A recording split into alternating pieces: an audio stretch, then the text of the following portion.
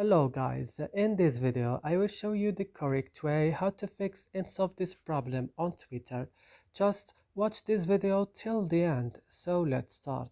So now and first go and open the settings of your phone. After this go directly to apps. Here search only for Twitter. And when we found it like that, just click on it, then it will open. Then go to storage. Click on clear cache, also clear data, then you have to go back and click on force stop, and now you have to restart your phone, and after this when you open Twitter it will open with you without any problem. So that's it. I hope this video is helpful for you. Do not forget to like, also subscribing in our channel. See you in another video.